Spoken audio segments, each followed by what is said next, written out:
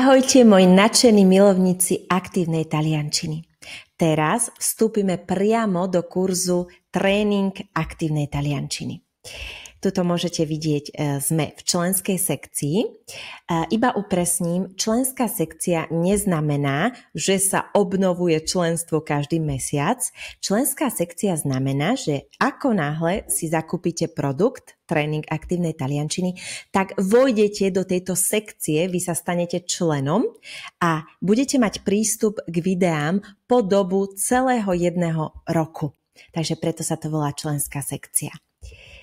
Ako to tu vyzerá? Tak poprvé tu je pripomienka, nezabudnite si stiahnuť všetky tieto materiály, čiže prekladové vety, kľúč k prekladovým vetám, checklisty, čiže kontrolné zoznamy a audio nahrávky do počítača, pretože ak si ich stiahnete, tak vám už zostanú navždy.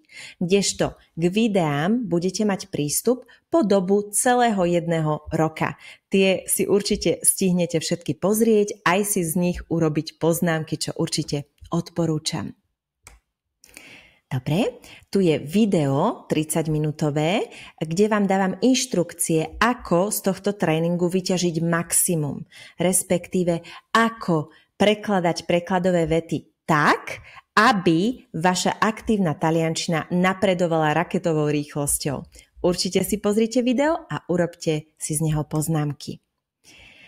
Tuto máme také mini video, ako si stiahnuť PDF-ka a audio nahrávky pre takú skupinu ľudí, aká som ja, čiže menej technologicky zdatných. Ja som vždy rada, keď v kurz, ktorý si zakúpim, obsahuje aj nejaké takéto videjko, videonávod, ako čo urobiť, pretože niekedy naozaj to hľadám veľmi dlho. Čiže myslela som aj na nás v tomto prípade. Inštrukcie k tlači, samozrejme, niektoré časti si treba vytlačiť farebne, pretože mám tam zvýraznené slovesa, predložky, spojky a rôzne dôležité veci farebne, pretože naozaj je to veľmi dobré, čo sa týka vizualizácie, lepšie si to zapamätáte. A sú tam aj nejaké rady, ako ušetriť pri tlači. Dobre, a tu už začíname. Prvý modul, prvý tréning aktívnej taliančiny. Celý tréning pozostáva z 10 tréningov. Hej, tu máme prvý modul a 10. modul. Ako to vyzerá? Tak poprvé, tu si stiahnite checklist k prvému tréningu, respektíve kontrolné zoznamy.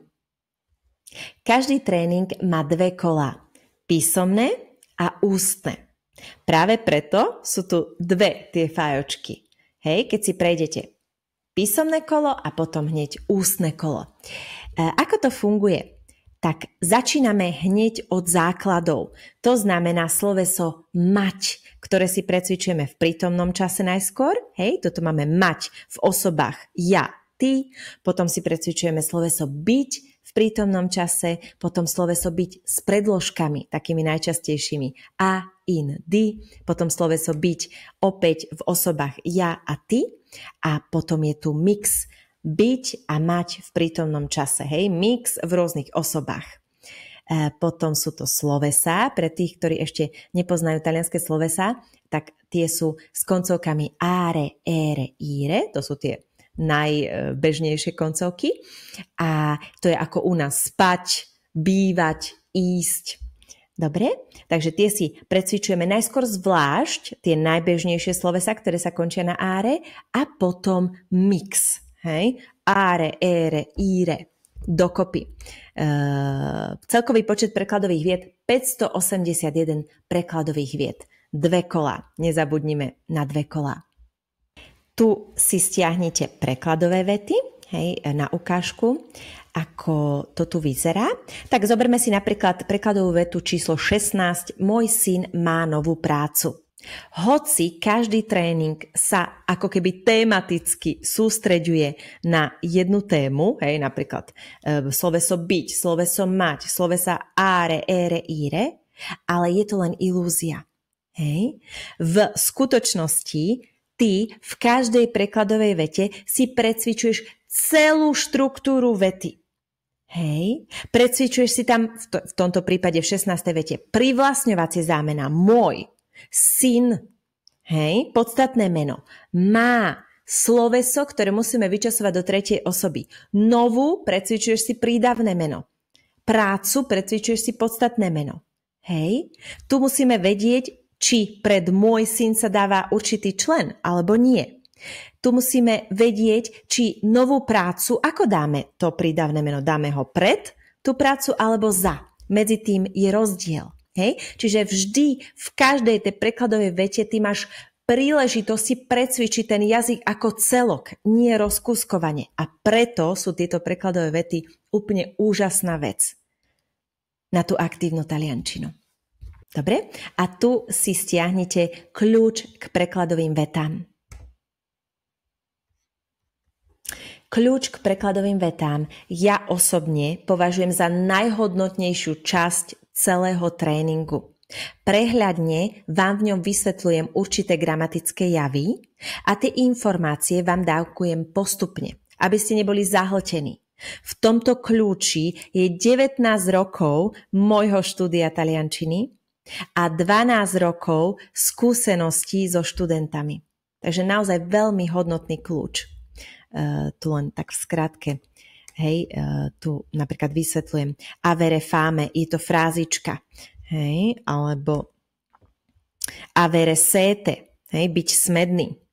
Hej, čiže nepoužijeme sloveso essere, ale avere a tak ďalej.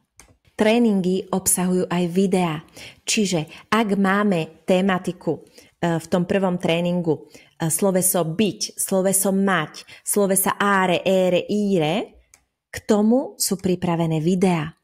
Aby ste nič nikde inde nehľadali, pripravila som vám videá, určite si ich pozrite, pretože v každom videu sa dozviete aj niečo nové, čo ste predtým nevedeli. Hej? Tak toto vyzerá. Tu vysvetlím určité členy v taliančine, neurčité členy v taliančine, kedy sa používajú určité a neurčité členy, veľmi dôležité. To má dokonca 2 časti, kedy sa vynechávajú určité členy, časovanie pravidelných slovies a tak ďalej. Ideme na druhý tréning aktívnej taliančiny. Funguje to na tom istom princípe, čiže kontrolné zoznamy, prekladové vety a kľúč k prekladovým vetám. Tuto máme druhý tréning, čo tu precvičujeme. Precvičujeme tu slovesa are, ere, ire, je to mix. Ak si dobre pamätáte, v prvom tréningu sme už precvičovali slovesa are, ere, ire a v druhom tréningu ich znova opakujeme.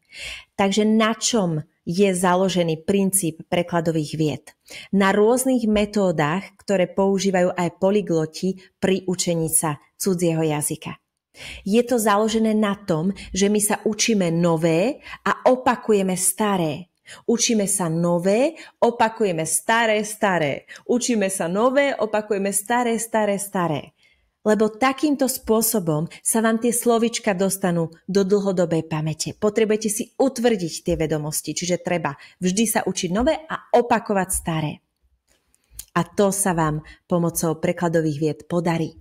Aké sú tu témy? Tak máme tu tie slovesa are, ere, ire, to opakujeme z prvého tréningu a nové máme če, či sono, tam je, tam sú v prítomnosti, chi, che cosa, opytovacie zámená, kto, čo v prítomnom čase, nepravidelné slovesa v prítomnom čase, potom máme našu obľúbenú trojičku chcieť, musieť, môcť, a nepravidelné slovesa mix dohromady 374 prekladových vied. V treťom tréningu si precvičujete zvratné slovesá. Samozrejme, je tu aj video, ako sa tvoria zvratné slovesá v prítomnosti. V štvrtom tréningu si precvičujete zámená. Zámená v treťom páde, zámená v štvrtom páde a dokonca aj kombinované zámená. V piatom tréningu si precvičujete zložený minulý čas, ktorý sa naozaj používa v taliančine dennodenne. Poďme sa pozrieť na témy. Piatý tréning Takže precvičujeme si passato prossimo, len sono stato, čiže bol som, bola som. Potom passato prossimo s pomocným slovesom essere, passato prossimo s pomocným slovesom avere, passato prossimo s pravidelnými minulými príčasťami, s nepravidelnými minulými príčasťami, passato prossimo s modálnymi slovesami chcieť, musieť, môcť, passato prossimo so zvratnými slovesami, passato prossimo so zámenami. Hej? A potom prítomný a zložený minulý čas mix, čiže znovu opakujeme to, čo sme si cvičili v 1., 2., 3., 4. a 5. tréningu. V 6. tréningu si precvičujeme jednoduchý minulý čas imperfetto. Nielen to, ale aj dávame dohromady passato prossimo a imperfetto, čiže sú tam prekladové vety na obidva tieto časy a to, čo je geniálne, že vďaka tým slovenským prekladovým vetám vy si to dokážete lepšie predstaviť. Hej, lebo to viete porovnať s tou slovenčinou. Tie situácie, kedy sa používa jednoduchý minulý čas, kedy sa používa zložený minulý čas. Takže úplne skvelé. Samozrejme sú to aj videá a jedno z veľmi, veľmi hodnotných videí je práve toto. Rozdiely medzi passatom prossimom a imperfettom. Určite si ho pozrite, pretože tam nájdete veľa nových informácií. Tieto informácie som zbierala z rôznych zdrojov, takže určite kúknite na to.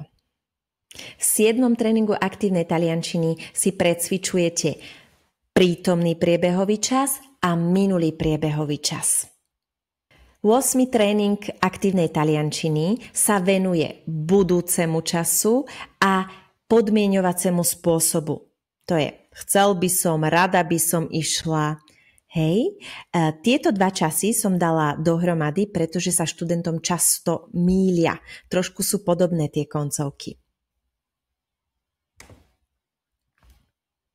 9. tréning prekladových vied, to je opakovanie všetkého, čo ste doteraz prekladali, čiže od 1. do 8. tréningu. Sú tu 4 kolá, dohromady 160 prekladových vied.